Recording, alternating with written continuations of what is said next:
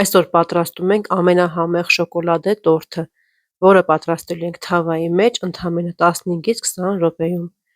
Այն ուղղակի իդեալական է ստացվում։ Այս թխվածքը այնքան հեշտ եւ արագ է պատրաստվում, որ անգամ կարող են երեխաները պատրաստել։ Բաղադրիչները եւ չափերը գրված կլինեն նկարագրության բաժնում։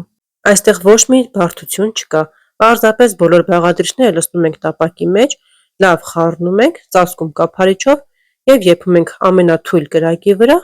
15-ից 20 րոպե, կամ ստուգում ենք փայտիկով, եթե այն չոր է, ուրեմն պատրաստ է։ Վերցնում ենք կրակի վրայից եւ թողնում ենք հովանա։ Այդ ընթացքում պատրաստում ենք ջնարակը։ Ջնարակը այս տարբերակով պարզապես իդեալական է ստացվում։ Դուք էլ անպայման պատրաստեք հենց այս տարբերակով։